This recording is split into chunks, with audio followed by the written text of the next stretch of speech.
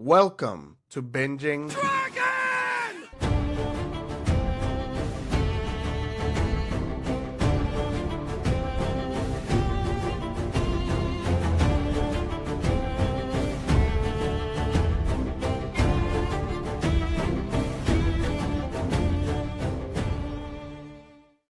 What is going on, mi gente? Welcome back to another episode of Binging Dragons. And today, whenever you're listening to this, is a special day. I am here with none other than one of the most talented people I know, honestly, Jonathan, aka Glory. That's how you, okay, Jonathan Glory Thomas. And welcome. I'm just so incredibly honored and hyped up to have you here, man. This is super overdue, dude. Like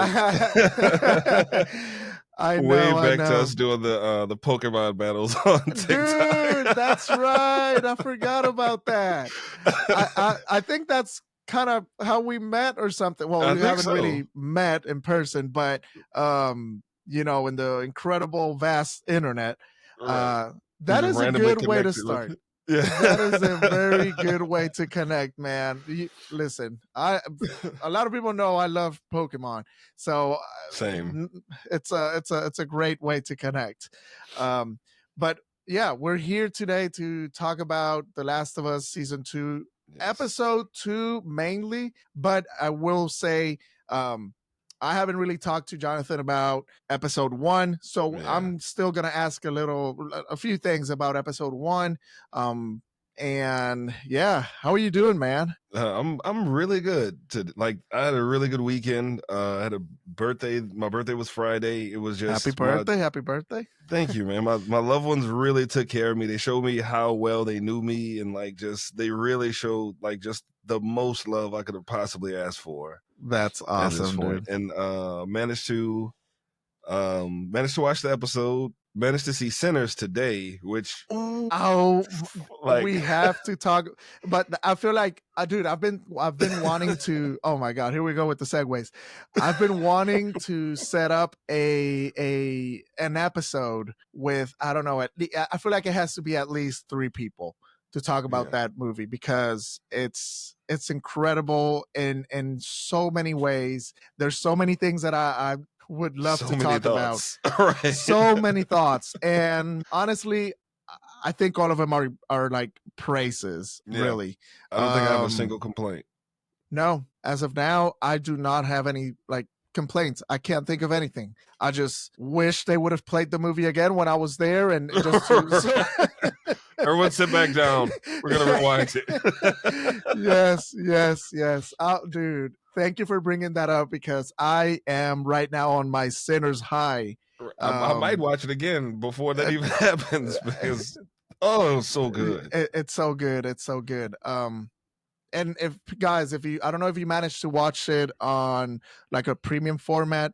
We were lucky enough to watch it on IMAX, and man, it was an experience. I think I want to try it in Dolby next, because that soundtrack is a masterclass. Yes, it is. It truly is. I've added it on my Spotify, and I've probably listened to it, man, 3-4 times already. That's a good idea. I might do that while I work. Now, if you have Spotify, they have two. They have the official soundtrack, but they also have a playlist that has most of the songs, but it also has other blues players and man, other. I wish I knew more about the genre, and I've always been interested by the genre, but it's one of those things that I do not know in depth. I just know that it's so beautiful. It's a beautiful genre. It's music that I love to listen to. But I would love to get to know more of the big musicians and singers of that awesome genre, man. There's a lot of that kind of history here, because I'm from Louisiana. I live in New Orleans. And so dude, awesome. We have streets named after people. I have friends who are just like, oh, I'm Fats Domino's granddaughter, or I'm Alan Toussaint's niece, or something like that. Just major people who are just families are sprinkled here and there that you run into here and there. It's right. That like, I don't know if you've heard of Aaron Neville before, but like his family is everywhere. Listen, man, you're gonna have to give me a list of people to like look up and start listening to and all that, because actually we were planning on going to New Orleans this year. We couldn't do it. And I just can't wait to go to Louisiana and just. Dude, I will personally make sure you have a great time. Oh my God, dude. We definitely, whenever we get to go down there, I am definitely reaching out to you to at least see you one time. But yeah, Sinners is incredible. I'm so happy we have this segue over here, because Right. Sinners, man, Sinners has to be on everything right now. Right. It's not just an incredible movie. It's so culture rich, and not just and obviously Black culture is like focal prominent, point, right? Yes, in that. But I'll tell you this, I'll give you a little spoiler alert when it comes to my thoughts that we could have on a episode later on. Me as a Puerto Rican watching that movie and being part of a community that is, or a race that is so mixed with different cultures, more specifically, and one of the big ones being African. Right. Dude, it a lot of the songs, a lot of the music that was played in the movie, I'm getting goosebumps. Like it sounded so much sense. like bomba and plena, which are two of the big genres in PR in Puerto Rico. Right. It went beyond like culture and I don't know. He did that. It's beautiful. In Black Panther 2 when he showed how close Talokan was culturally to Wakanda. Like it's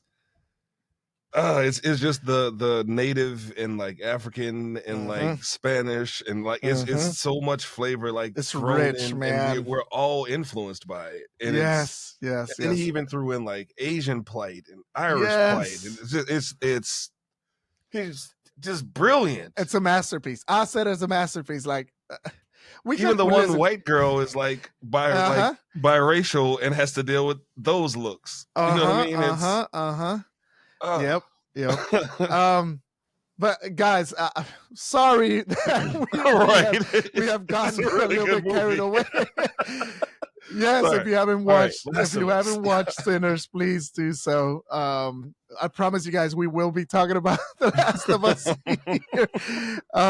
Maybe, actually, you know what? Maybe it's just us not wanting to get going with what happened last night, because I'll tell you the truth. After I hit 30s, after I got to my 30s, I have become the most crybaby when it comes to movies and all of that. I don't know if that is, nobody told me that it was something that happens once you hit 30.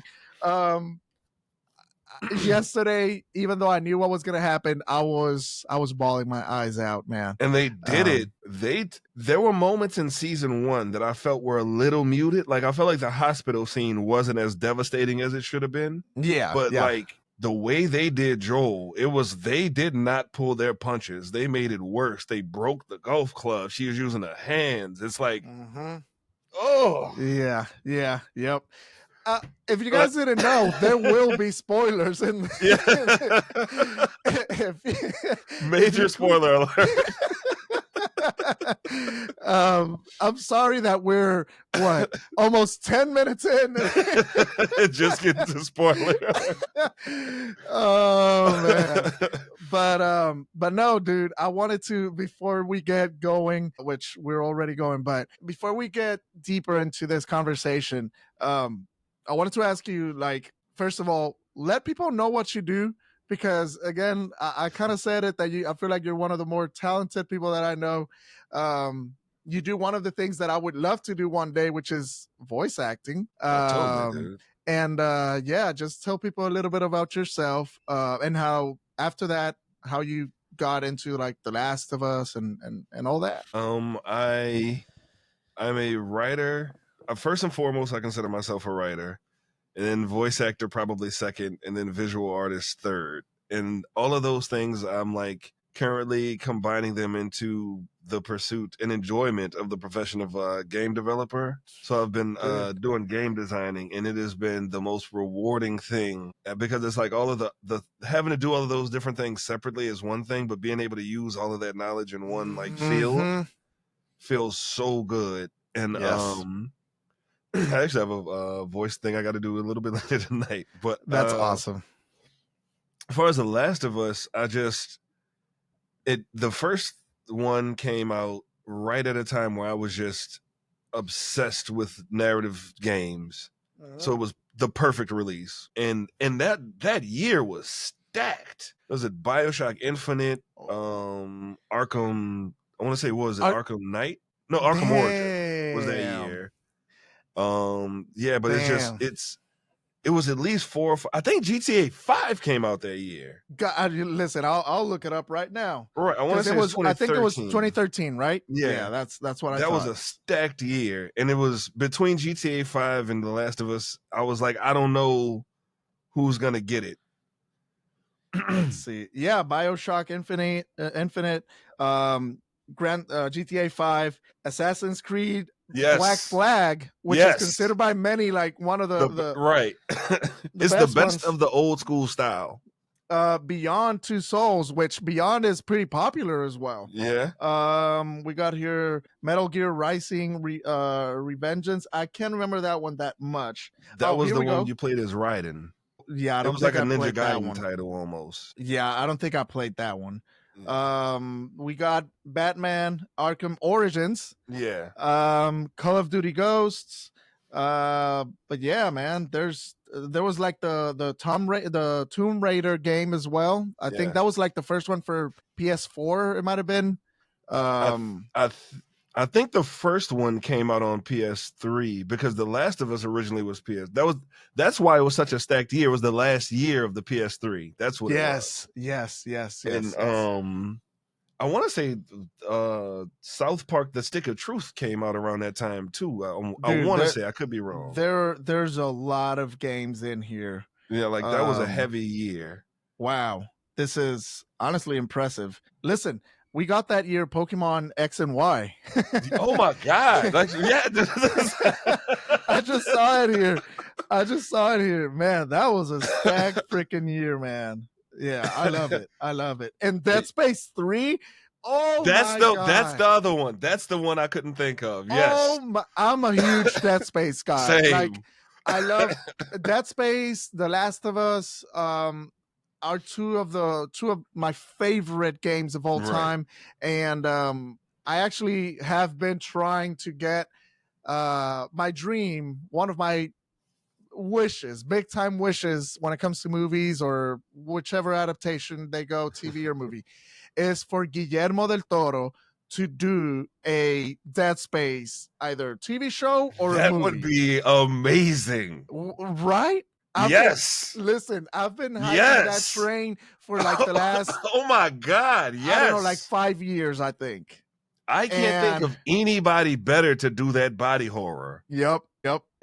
Oh, that's a good idea. Yep. I've been trying to listen. Every year, New Year's comes around. We do that tradition with the 12 grapes where you have to ask for a wish or whatever. We do that in Puerto Rico, and one of those wishes is that one, man. But nah, dude, it's I'm in. When did you start with the whole game development stuff? I first made a scrolling shooter named Sketch Shooter, just a demo really in 2015. Okay. And just really, really liked it, and kind of floated around a little bit, just trying to play around with some of the simpler game engines like RPG Maker and Game Maker Studio and stuff like that. I was intimidated by Unity and Unreal back then. Gotcha. But I kind of fell out of it for a while. Didn't really go back into it. I was focusing on books and trying to get into comics, which is one of the hardest industries to get into. I bet. And is it because it's like satirized or? Yeah, it's you have everybody wants to be in it, and it's like they only pick the best of the best who've already made stuff on their own usually, which is similar to the game world, the game space. Right. And before I started getting really into doing like my own visual art, it was hard to find a consistent partner for comics. So it's like I kind of backed off of that a little bit. And I got a call from a friend, Janice Davis is her name. She's such a talented writer. She's currently one of the senior writers over at Avalanche working on the Hogwarts series. Wow. So she's like she's like legitimately one of my mentors, one of my great friends. Love my view of that woman could not be any like higher. Wow. That's incredible. And she called me one day. She was working on this game called Unforetold Witchstone. Well, it was just called Project Unforetold at the time, and it was for Spearhead Studios. And as soon as she starts telling me about it, I'm like, this sounds awesome. It's a game where like they were working on it. It was supposed to be really dynamic changes based on player decision making, and it was like a isometric RPG style, kind of like Baldur's Gate 3 is. Gotcha. And she just was like, we need writers to do dialogue. And I hopped into it, and the way the schedule was set up, the way the pay was set up, just the way I barely had to be talked to at all. I just had to get in my numbers when I had to get them in, hear all of my lines. I did this many pages. And it was one of the most fun experiences I've ever had in a job. I'll bet. And that sounds like a dream, man. And one of the kickers is one of the world builders is Ed Greenwood, the guy who created Forgotten Realms. I don't think I ever played that one. So like the world the Dungeons and Dragons movie takes place in, it's Forgotten Realms. Yeah, like it's he's a big deal like in like sci-fi fantasy writing. Dude, I've been wanting, I was literally telling my wife the other day that I've been wanting to play Dungeons and Dragons for a pretty good while now. But what got me even more interested was shoot, I forget the name of the actress that plays Karen. Deborah Ann Wool. Yeah. Yes. Have you watched that clip where she's explaining I've John had Bernthal? such a hard time over the past 20 years explaining this game to people, and the way that she did it that easily and perfectly, was it that easy this whole time? Amazing. And the way that she explained it, while at the same time given like a demonstration, not only a demonstration, but fleshing out a story. Right. I was mind blown. I was like, so this is it? I want in. Right. And I love when she says this is not about winning or losing or whatnot. Right. Shit, I forget it's about telling a good story. It's about telling a good story. Oh my God, dude. I was sold. Like it's one of those things where it's surprisingly not that frustrating to die. It's and then if have you seen the Dungeons and Dragons movie? I've been wanting to. I've heard it's really good though. It's really fun. There's an episode of Community that illustrates it really well too. The only problem is it's not on any of the streaming services because Ken Jeong's character dresses as a drow elf, so he has black paint on. So they took it off of all the streaming services. Gotcha. Personally, as a black person, I wasn't offended because I knew what he was trying to do. Right. But, you know, I forgot where I was going with that. But yeah, there's a couple of things that demonstrated really well. But I'm trying to put together a table right now. I'll reach out to you for it. Yeah, dude. Yeah, that would be really cool. But man, listen, people, this is why I told y'all Jonathan is one of the most talented people I know, and yeah, this is awesome. This is awesome. Now, The Last of Us, man, how have you felt? How did you feel about season 1 in general? And how do you feel now that we got these first 2 episodes? And after that, we'll get more into episode 2. I just want to like kind of give people the chance to hear you out and kind of see where you stand. And yeah, there were a couple of moments in season 1 that I felt a little muted from the intensity of the game, but they stuck that first scene when Sarah dies. They stuck the landing on that, so it was like, I'm in. If you did that right, I trust you. Yes, And and so I love the way they did it as well, because they also they tweaked very small things, but that feel big right, for us, the ones that played the game. Like right, for example, when the plane crashes, the tire is what right, hits the car instead of the car crashing with another one in the right. middle of the street. Which makes more Um, sense, right? yeah. And not even that it just makes more sense. It's just that us expecting something, That too, and yeah. them like, and they even do, they make it look like they're gonna crash with another car, but I think the guy kind of drives away or something. Yeah, I think they swerve off or Mhm. something like that. So it's like, oh, they changed it. They don't crash or nothing. Psych. They hit him Right. with that tire. But yes, But that it's they this did. but it's they do it so well to where like the change is so small, but it's still the exact same impact. You get the same result at the end. Right. That's what I love about the changes they've done so far. Like even the way they slightly changed Tessa's death Mm-hmm. is like, Mm-hmm. okay, I can live with that. Oh yeah. Oh yeah. And the way they changed the way they gave Bill like an entire story Yes. instead of him just being the asshole you run into and never see again. Yes. Yes. It's season 1 was great. Like they just had a couple of moments. The only one I can think of right now that felt a little muted. I think the first bloater didn't feel as devastating as it could have. And I was okay. you know what? Maybe that's not The reason I love the bloater scene is because of how they give us that. I feel like that's honestly going to be one of the iconic scenes once this show is done, where they Yeah. all like the suspense of them looking at that car going like down that sinkhole, and all of them just bolting out the way they do. That scene. Oh, Uh, you know what? I disconnected it in my brain to just like the bloater itself. And you're right. Yes. That moment because you get that moment when they're in the sewers and he's like, Mhm. "Oh, the infected are cleared out. They've cleared them Mhm. out a long time ago. They're not in here." And then you get Mhm. that. Mhm. Yeah, man. It's but yeah, it seems that ultimately you did enjoy season 1 quite a bit. And they did Henry really that scene too. Oh my god. Oh, Yeah.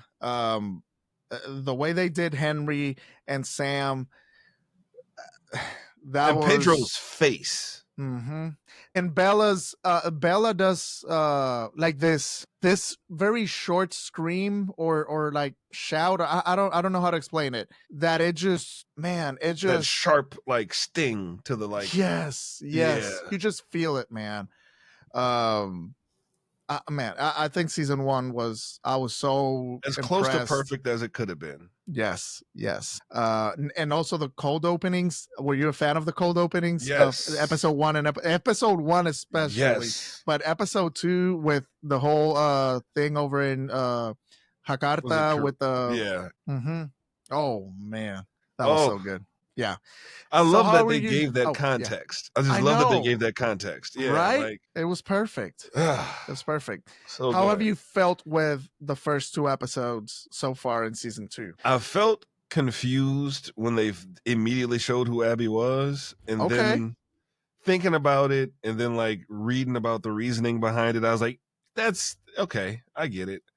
I makes sense.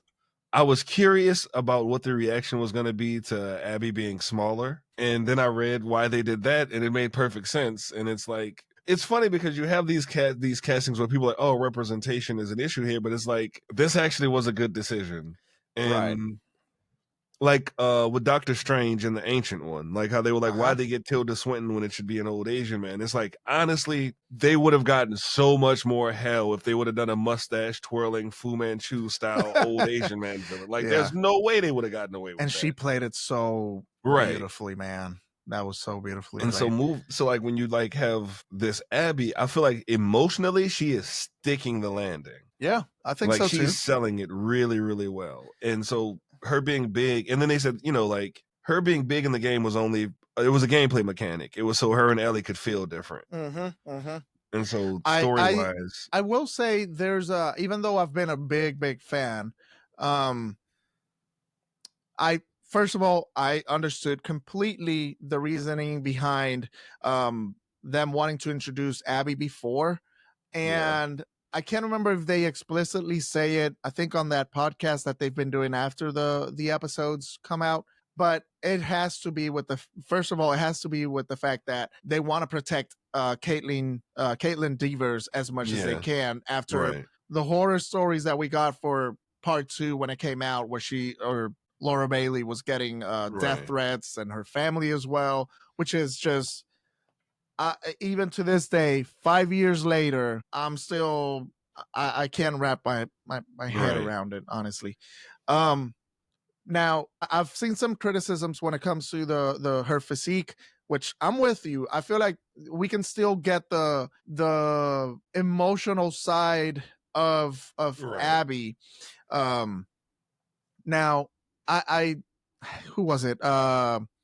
JJ, awesome creator, Game of Thrones, A Song of Ice and Fire creator. I don't know if you follow her or if you've seen her, but she talked about like her physique and how it's so shocking to see her. Well, actually, I can't say it. Damn it! Oh, you know what? It's a big spoiler. I had that thought too. It's a big spoiler. Okay, I know exactly what you mean. Yeah. For those of you that have played the game, yeah, the way things go, and by the end of the game, you remember how we see Abby and all of that, kind of right. Yeah. I do give her and people that have brought that up that point. I'm still like, I'm enjoying it, and I think that Caitlin is doing a pretty damn good job. And I think that ultimately we can still get that feeling. They can show it in different ways. We can, with Cersei. Yeah, they did it with Cersei. Yep. So I'm excited, man. I think season 2 has been pretty solid. 2 episodes. The therapy session in episode 1. Oh my god! And that's an addition. Oh, and it was so beautiful. Right. Great. That's a new thing, and then it's like, he's so good. I would say that might have been Pedro's best acting performance, and that's saying something, right? But the raw emotions that he showed in that moment, in that scene with what's her name, Gail, I think it's her name, Catherine O'Hara's character. It could be arguably Pedro's best moment. He put it all on the table.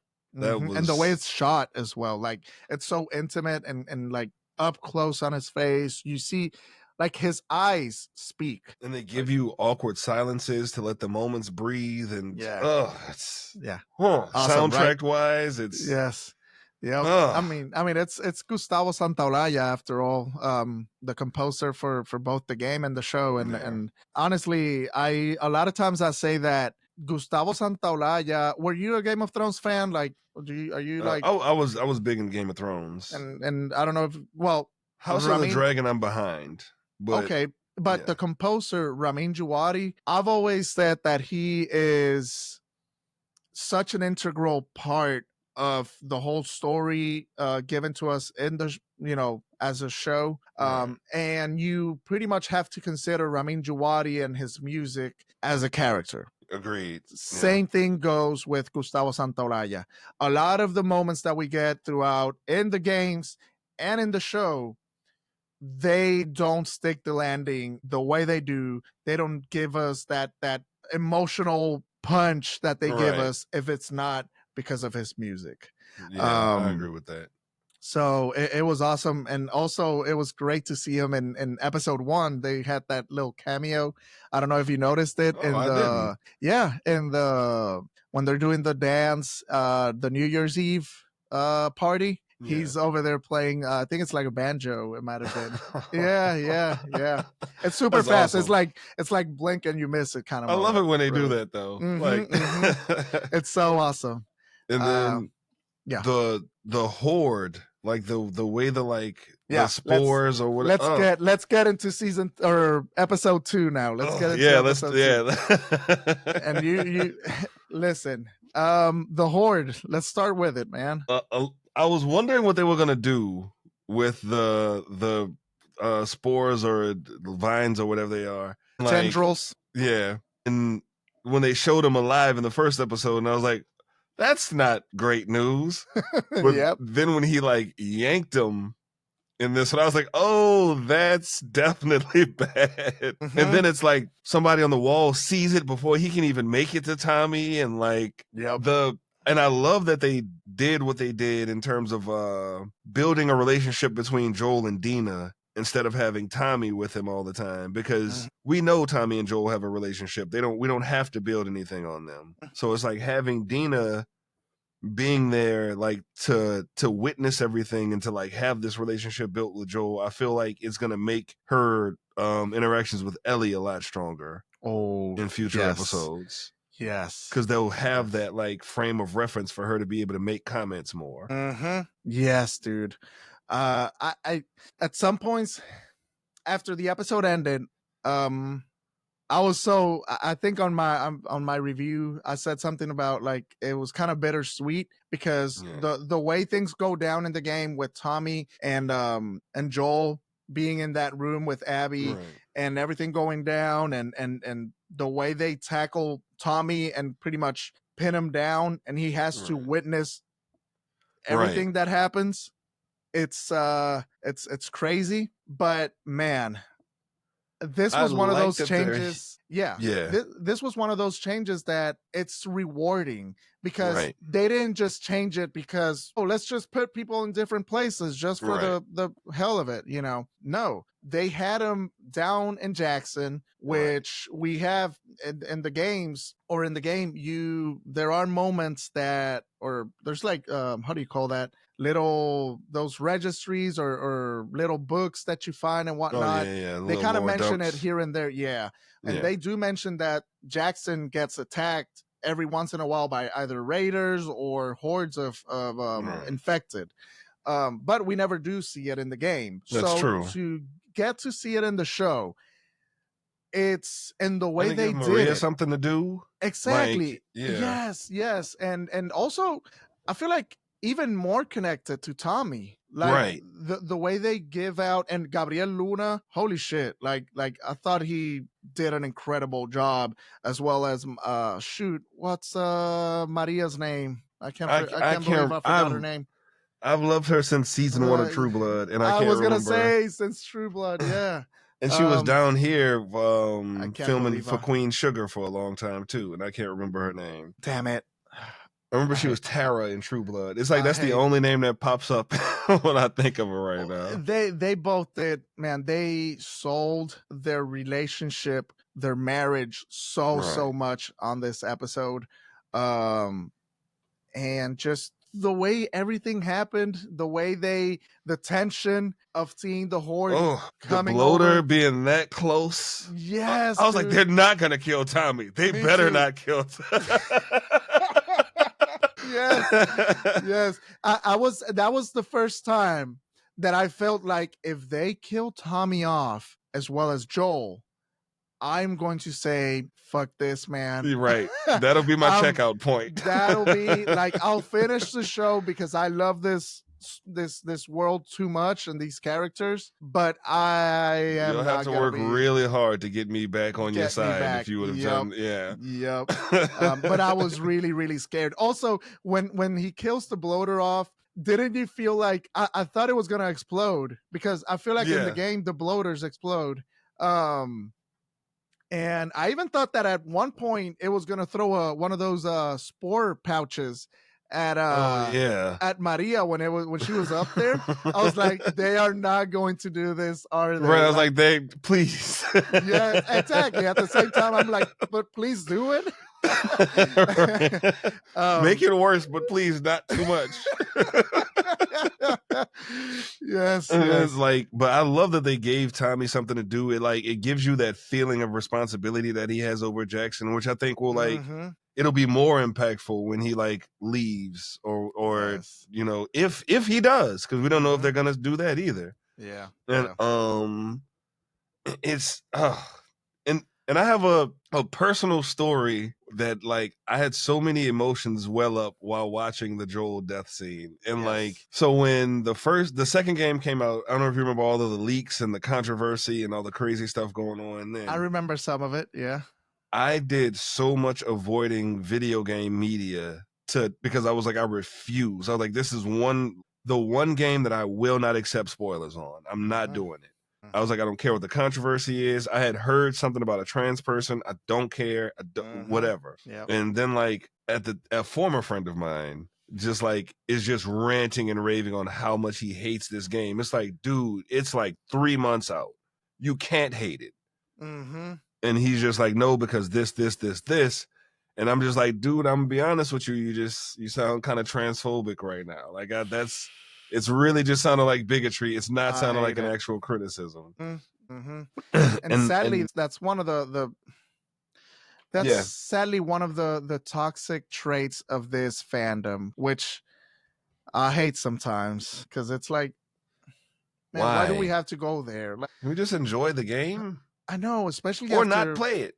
Exactly. Just shut the hell up, get out of here, go somewhere else with your bigot ass. There's this weird culture of hate effing things that like you knew you weren't gonna like it before you played it. Exactly. Why'd you play it? Exactly. And like yep. And so when I say something to him on his status, he DMs me. The DM starts like, you know, like how you see the first line, like to click it, it starts with Joel dies in the first 2 hours. And so I can't even avoid seeing it. So I click it and I'm just like, I'm reading it. And the thing he laid out, I was like, okay, this sounds kind of silly. This doesn't really make narrative sense. Maybe this is wrong. Maybe this is like some spoiler. Maybe this is a third or fourth hand account and it's wrong. But it's like when they put Joel in that room, I knew it was true. And it hurt me to not be able to really experience it as it was intended to be experienced. So last night, while my partner and I were watching it, I was almost envious of her because she had no idea of what was coming. She even made a comment like, Ellie's about to come in and save his ass. And I'm just like, will she though? It's like she had anxiety afterwards. Like we had to watch an episode of Parks and Recreation afterwards. Like and I'm thinking to myself, is it insane that I'm jealous of that feeling? Like I want that. It was taken from me in the first game. Dude, I'm sorry that you that happened to you. I would have been so mad because the same as you. I remember I played it like 2 days after it came out. I think it was like 1 or 2 days. Actually, no, it was literally the same day. It was that I was working that day, so I didn't get home until like 6. It was. Oh yeah. So by that time, friends of mine that had already been at GameStop and got the game early, and pretty much almost past it, right? They were putting out some spoilers, and for the most part, it was just, what the fuck did I just play? Or like all these things, you know, going crazy. And I'm like, what is happening? The thing, it happens so early in the game that it's easy to spoil. Like everyone's going to experience it on day one. It's literally the first 2 hours. Yeah. And but it's even then it's like, and he hated it because of that. And then like he's saying, and it's just like, he's talking about Abby and he's saying some really out of pocket stuff about Abby too. And it's just like playing the game and it's like, you stupid asshole. Abby isn't even the trans character. Exactly. Right. Like it's, that's like you're that so big ignorant, of a man. Right. Like, oh my God. And the thing is, like, the whole thing with Abby is that you feeling hate towards her and her actions, it's acceptable. Right. That's what you're supposed to feel in the moment. Right. But as you keep playing the game, you start realizing stuff, finding out more about her, not getting into spoilers, of course, because I want to keep it kind of up to like episode 2, but you keep finding out about things, and you start realizing and start questioning shit. Like if it wasn't Abby, it would have been someone else that Joel did Right. something too, You because look we at in know this, for a fact that Joel did crazy shit back then. people With- were scared of Joel when we first Yes. meet him in season 1. Yes, and I love Joel. Like Joel is like, I love all of these characters, but when people finally understand that this is not a heroes and villains story, and Right. I've been saying this now for a couple of weeks, this is not a heroes and villains story. These are people who are capable of doing as much good as they are just losing their minds Right. and having to do the unthinkable at times in Right. order to keep their loved ones safe and going after the people that maybe did them wrong, like Right. really, really wrong. And yeah, man, Which is why it's called The Last of Us and not like something else that involves the outbreak at all, because it's about the human experience in the Exactly. extreme situations. Ultimately, the infected are just the medium to see what humans are capable of doing, and they talk Right. about this so many times, even in the show, that for the most part, the real monsters aren't even the infected. Right. The real monsters are the fuckers like David, for example, and people that just I lose think their that humanity point and is driven home by Sarah's death, because the infected don't kill Sarah. The Mhm. military does, while protecting them from the infected. And so it's like Joel's perspective of like this, of fuck the trolley problem, the one, I'm gonna protect the one over the many. Like it's Mhm. why do these people deserve to live anyway? Like look what they Yeah. did in this anyway. And who knows if the cure is even gonna work. Right. I'm protecting the only person that matters to me in the world. Right. Yeah, I don't think I've always said it. Well, I've said it more as time goes by, because that's the beautiful thing about this story. Like there's you keep finding things and details about these characters that just makes you Right. it expands your whole Right. vision towards them. But this is not same way, not a villains and Right. hero story, not a black and white story. Right. Joel just But made a selfish decision. yeah. Yep. And I can't say I wouldn't have done the same thing. If that was my Exactly. daughter on that table, I can't say I wouldn't have done the same Yep. thing. The Horde, man. Before we kind of keep going, Yeah. I wanted to say something that I loved about the way they shot that whole scene in Jackson is that it gave me so many high fantasy vibes. Like when they're, Yeah. I don't know, it kind of gave me Night's Watch, Game of Thrones, Night's Watch, Yes. and they're all like running back and forth on that, what would you call it, the wall or whatever. Right. And even having like the ramps for the barrels and like and that dude, the way they did it, you can tell now that I'm thinking the way they even put those ramps for the barrels, the way Right. it's made to where at the end it has that like lip or whatever to Where make that it makes 'em bounce jump. and Yeah. falls further away from the wall. Freaking that's it when was, you know that they yeah. pay attention to the smallest of details. Because if it would have been any other show or movie, they would have just Right. throw it down there. But yeah, that's pretty Right. It close would've to the just wall. rolled. If we shoot this, it's gonna break the wall. I don't know. It was so That man. scene was so good. Like, and that's the thing that Game of Thrones was good at too, showing sieges. And Mhm. like that was one for the ages. That I did not expect to see an amazing siege scene in The Last of Us. The Last of Us. I know, man. It was so good. Were you now that we're talking about infected? Were you a fan of the The Stalker. Okay, there was well, that too, you can talk about that. But in season 1, there was a lot of criticisms of people saying that we didn't get as many infected as we should have in season 1, and I'm on the side of like I thought the amount of infected that we got was perfect, because number one, the moments that we did get were like so well made.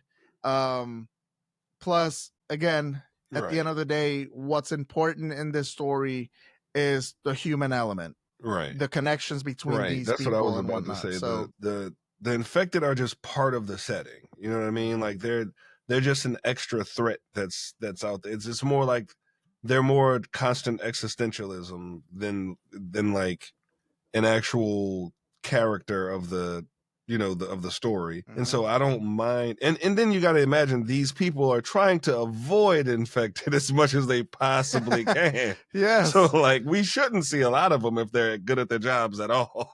Yep. So, like, Yep. That is true. That is true. I feel like it's been adequate. You know what I mean? Okay. Like yeah, it's me too. I thought the same thing. The horde was crazy though. Like it's and even thinking about it, seeing like when they start showing the ground start to sink a little bit, I was like, is she in a sinkhole? What's happening? And then they started popping out. I was like, the ones on the bottom aren't frozen because of the wind chill. Yep. Dude, the way they managed to do this is now the second time in the show. Each season has had a infected under the ground kind of scene, and both scenes have been so nerve-wracking and so damn perfectly made. The way like the way that the snow moves whenever they start popping out, and all of them kind of get activated or whatever.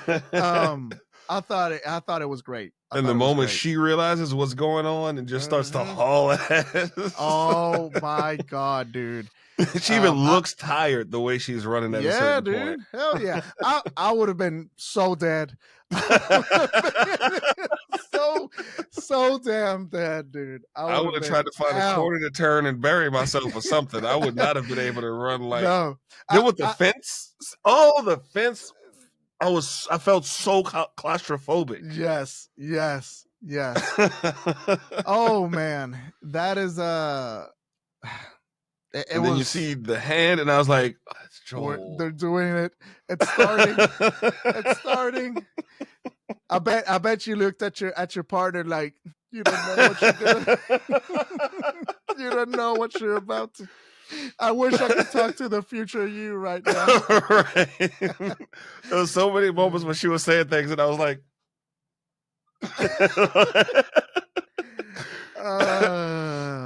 But like seeing her go through it emotionally, it's like I'm so envious. Like I just man, even having played the game gives me a certain like feeling of, man, I wish I could feel this for the first time. Yep.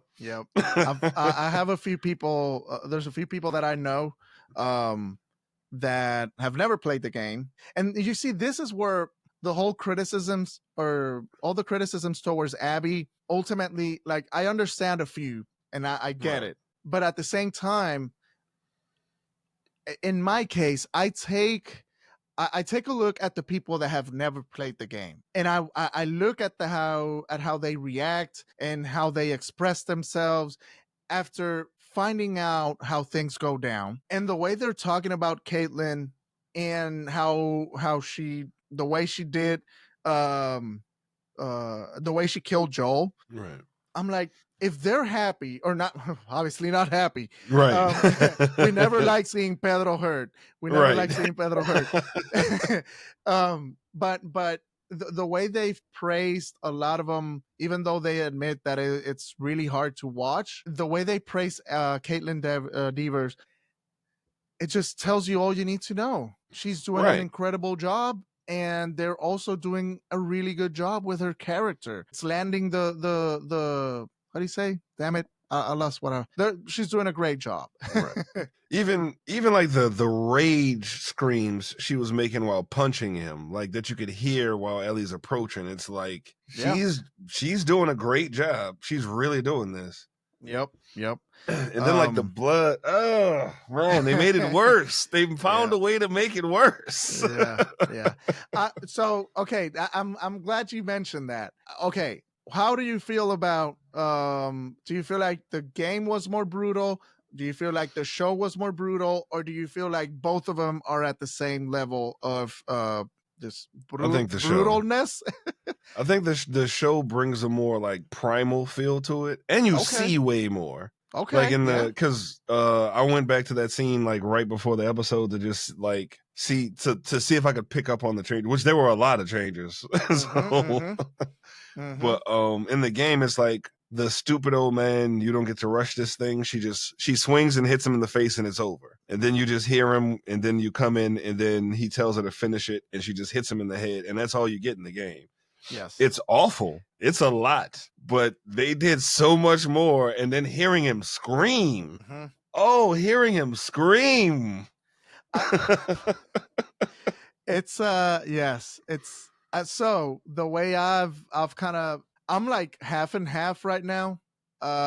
When it comes to how brutal both scenes are, both of them are really brutal. Yeah.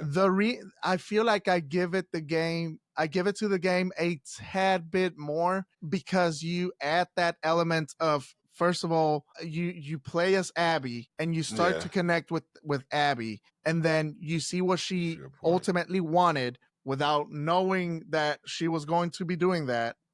That's a good point. And then the moments that you just mentioned, that yes, they are fast, but first of all, when they shoot Joel in the leg, or she shoots Joel in the leg, I feel like it's actually, shocking. like, you can see like that shotgun splatters a whole bunch of blood around.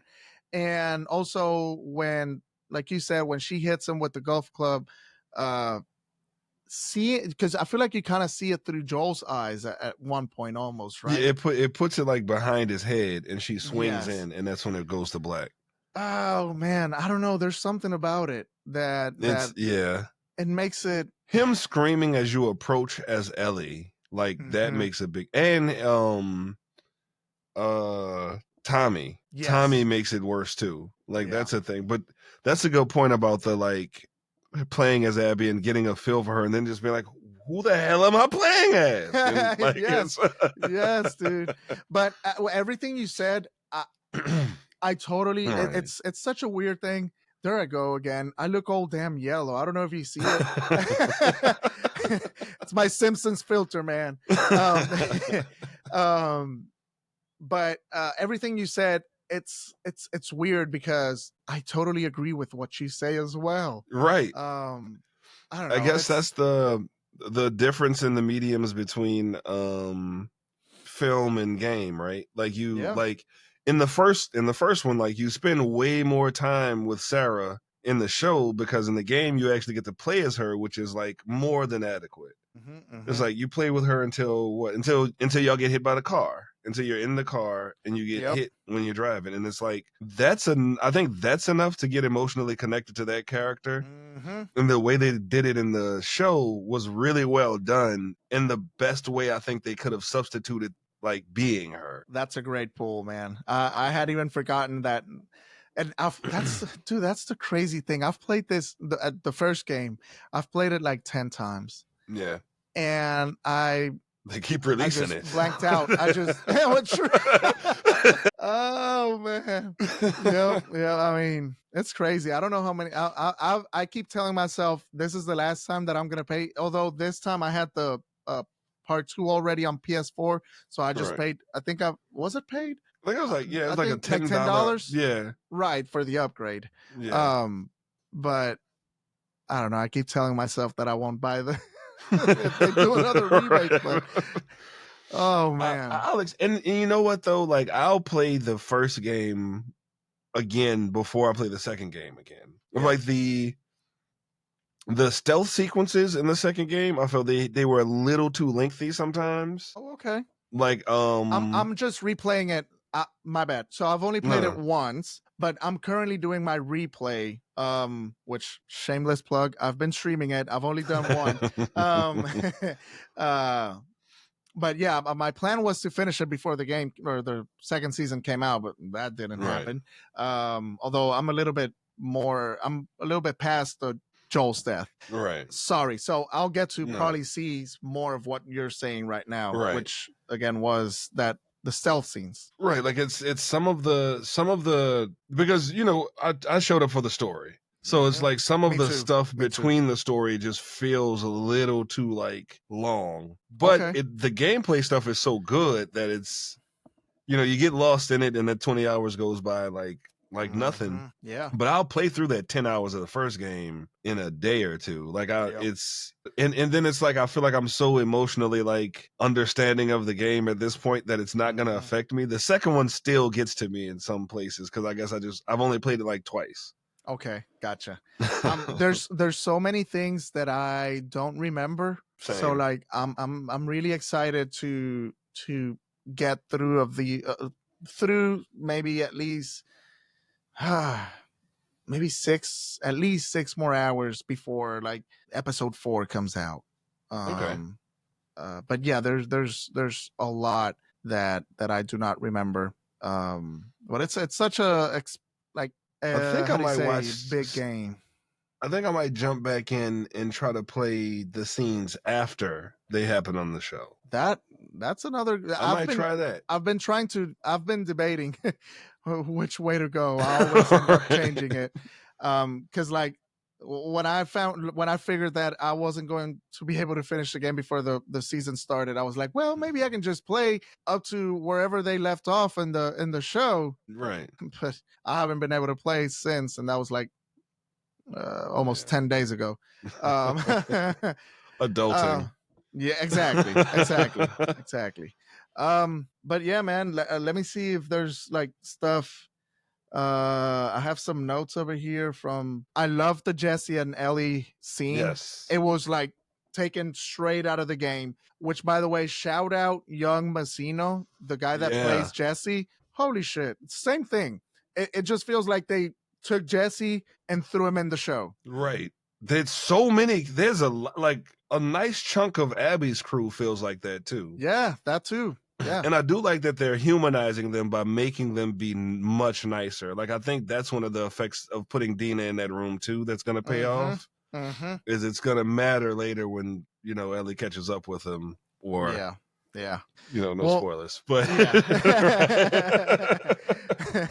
we'll leave it as a teaser right there. Like even to the point where like I can't remember what Nora was. It Nora? That was given the shot. There's a big moment with Nora, which by the way, for those of you, I mentioned this on one of my videos, but a lot of people don't know that we're getting Spores back in this season. Because they cut out Spores in season 1 because they said that it was like logistic wise it wasn't like good for them, and also like having the actors wearing masks all the time and whatnot. But Craig Mason, he said that they're including Spores in this season. Interesting. And that is perfect timing because we should be getting 2 very important scenes. Yes. With the Spores. Yes. I'm not going to say with who, but one of them, no, it's not going to be next episode. Probably the next one. I'd say in the next 2 episodes. Yeah, it's going to be within the next 2 for sure. Yeah. Yeah. Yeah, man. I think. And the new infected type. The what are they called? Are you talking they say that if the clicker evolves in like dry air, it becomes a bloater. If it's wet air, it becomes the Shambler. That's it. Yeah. Shamblers. I've been debating, well, not debating, but trying to figure out what their timeline will be and how they're gonna do things. Once we're in Seattle, everything's game. I think when it comes to the infected. Now, do they want to show us? I can see them showing us a Shambler. So for everyone, I made a video about this, which I always love talking about the infected stages and all that. And one of the stages of the infected, as we know, is the bloater. But the bloater has a version that it depends, like Jonathan said, where it's located. Right. Since these bloaters that are grown or develop in Seattle, whenever we get to, well, I also shouldn't be saying Seattle because that's kind of like a spoiler. Anyways, I mean, Abby mentions it. Well, she mentions it. She says we're from Seattle, but I wouldn't suggest you go there. Okay, she says that to Ellie. Yeah. Okay, so that it's already implied. Perfect. Thank you, dude. Thank you. So the bloaters that are are developed in Seattle come up as what they call shamblers, because in Seattle, as we know, there's a lot of rain, a lot of humidity and whatnot. What happens with the spores that they have? They become acid because they retain water, and so many years pass by, and they use those. Although we haven't seen any of the bloaters throw the sacks, but who knows? Maybe we'll get it. And then the other one that we might get, although I really do feel like it's going to be at least next season, is the Rat King. I'm just gonna. I'm sure people that have not played the games don't have a clue. Don't have a clue. If you don't like spoilers, don't look it up. I don't think that's gonna happen until season 3. I don't think so. Yep. I think it's gonna be more season 3. Like it has to be. It's too big of a. Don't look it up. Please don't look it up. If you don't like spoilers, don't look it up, because that's a bad mofo right there. Yes. Oh my God. Yeah. Oh. And did you know? Let me see how I can say it without any like. Did you know that is based off of a real thing? Yes. Like the fact that rats do that is just wild. Like it's right. It's crazy. It's like, what the hell, man? It's so gross and. But it's man, like I'm looking forward to so much. Mm-hmm. I love when they let the dogs loose too. During the I was like, yes, and it looks so good. Although I was like, please don't kill them. Please don't kill them. I can't handle seeing the dogs be eaten. Please. I know, man. Kill the people and children, please, but not the dogs. Yes, that was done. It looked so damn good. It was so the way they were tackling them and just it did not look like everything looked so damn real.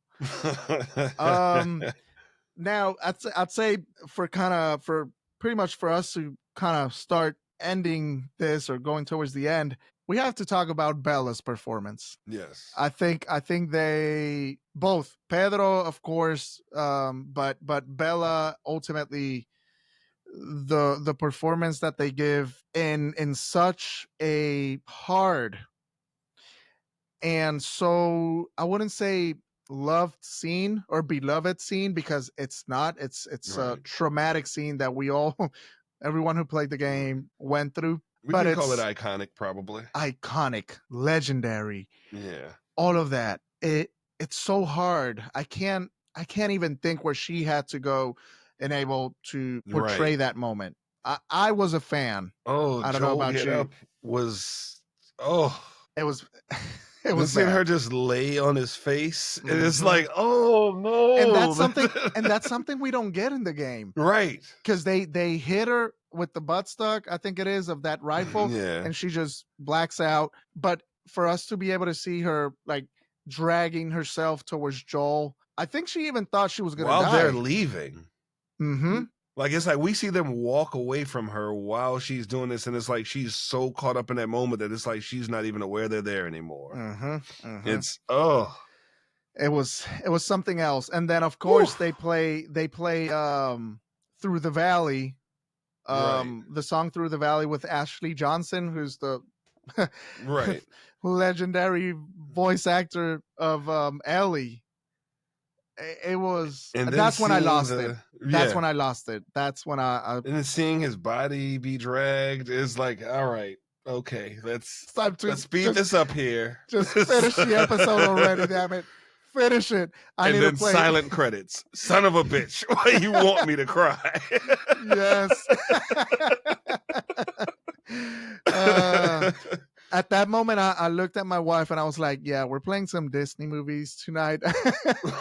We literally watched an episode of Parks and Recreation.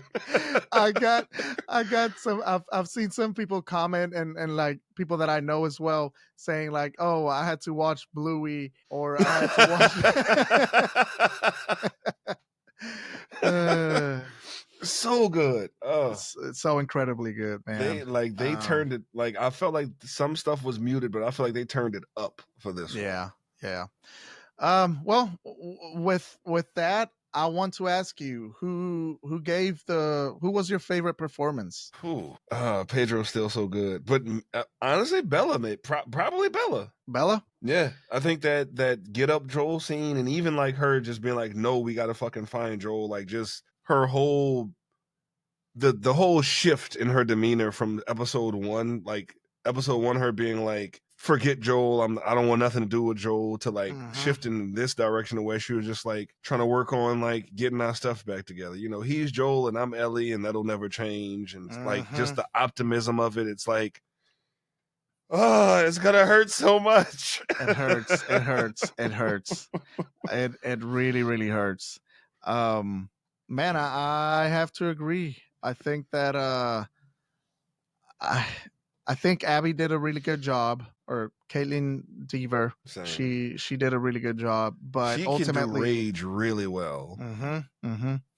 But ultimately, I was Team Bella here, man. Yeah. Like again, what they managed to portray, it was so difficult. I think it might have been the biggest ask that they have had to ask Bella to do. Yeah. And I can't even imagine the pressure that they're feeling while researching, because Bella said that they had played the game. Well, I think they played part 1, but Bella did say that they knew about Joel's death, Right. and how it went down. So they had to have seen that Right. iconic scene of Ashley Johnson and Troy Baker. So just to have that pressure, I can't imagine. Right. And to be able to see the way that Bella delivered it was special. It was. So yeah, I'm going with Bella as well. Even though I think everyone all around, it's, man, great Yeah. performances with everyone. They're really pulling performances out of these actors. They're really like, because even Pedro, even the "shut up and get it over with," like it's just like it Yes! felt so real. Yeah, it did feel so real. I almost felt the same way. I'm like, man, she's talking a lot. She's talking too much. Just fucking do it already, man. Oh man, it was perfect. It was perfect. I mean, perfectly sad, but perfect. Yeah. What was your favorite moment? I know it's hard, but I hate to say it, but it's like it's the moment that took my breath away when it happened. It was the hand. It was like when Joel saves her, and it's like just knowing what's about to happen, and it's like, because I know Joel saves her in the game and stuff, but it's like it was shot so well and it was so claustrophobic that I almost doubted her being saved for a second. And then like when the moment happens, it's like it's supposed to feel like relief, I guess, but it did not. No. And the way that Caitlin delivers that whole, like, afterwards when she's sitting down against the pole, and she hears Dina call out Joel and realizes, holy shit, I'm with the person that I'm looking for. Right. I don't have my gun anymore because I think she lost her gun or whatever. Wow, that was good. And the distress, like the panic in her face whenever it seemed like they were gonna go in a different direction. She's like, no, we're almost there, please. Like it's like just the feeling of it all. But like you said, in that moment, she tells everybody that he's Joel, and Joel is aware he's in danger already. In the game, though, she's like, he says his name, and everybody looks up, and he's like, "You seem like you heard of us before." And then she suddenly shoots him in the leg. Yep. Like he doesn't see the leg shot coming at all in the game. Yep. Like they don't even know that they're in danger until it happens. Yep. And I think that's a change. And I'm like, I could go either way on that one. Yeah. In my case, I don't know if it's a little bit of cheating, but actually, I don't think it is, because we don't get that in the game. But it has to be the whole get up, Joel, Bella scene. Obviously, we got that in the game, but her dragging herself towards Joel, it is something new for the show, and it added so much more emotion and sentimental value to this scene, a scene that I've watched many times. And then on top of that, they go on to play Through the Valley with Ashley fucking Johnson. Yeah, it has It to worked be that really scene for hard me. It for us to was cry. that. Yep. Yeah, that was my favorite scene of the episode for sure. Man, I think I've had a really damn good time. Yeah, this was awesome. I hope you've had a great time. This is our first time, which is crazy, right? You know, listen. The people that I reach out to, when I reached out to you, is because I know that I'm gonna vibe with that person, Right. and it's someone also that I respect in one or many ways, and I knew it was gonna be a good time. Yeah. So All vibes. yeah, dude. I'm happy that we've managed to do this. And we'll definitely get together again, whether you just let me know when. And I'll be doing this every week. I'm trying to do it. I was even planning on doing like something like after the episode, somewhat of a, I used to do live episodes here on the podcast on YouTube after House of the Dragon season 2 episodes, and that was actually really cool. A lot of people would join and we'd have like really cool discussions, so maybe it's something I'll bring back. You guys can let me know in the comments if it's something that you'd be down. I stay up pretty late. I stay up pretty late, so that's why I never really have a problem. Even though I wake up the next morning like dreading it. But listen, anything for anything that feeds our geekness, I'm down. Right.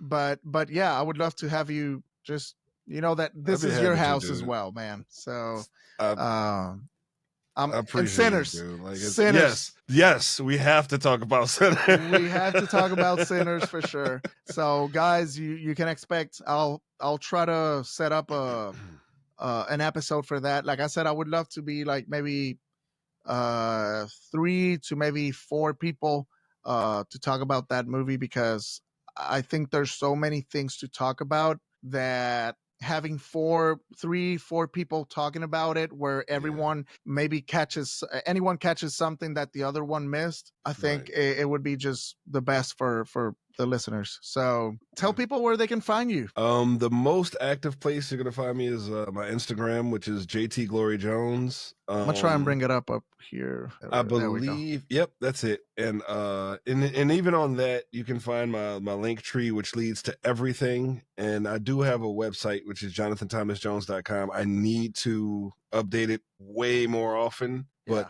it's there, and I do have some up to date stuff. And if you want to see stuff from my background, that will be the thing. Please, guys, check his content out. Truly talented. I'm a big fan of I've been wanting to do voice acting for like the last maybe like a year and a half. I've been like, I feel like I always wanted to do something like that. But I just never really dared to, or maybe I just didn't have friends that were of websites to look at. I'll send you a list. Okay. Yeah, that'd be awesome, dude. That'd be awesome. But man, this has been awesome. Guys, don't forget to follow Jonathan here. I will also be putting his information down in the description. Don't forget to follow the podcast Binging Dragons here on YouTube or Spotify or Apple Podcast.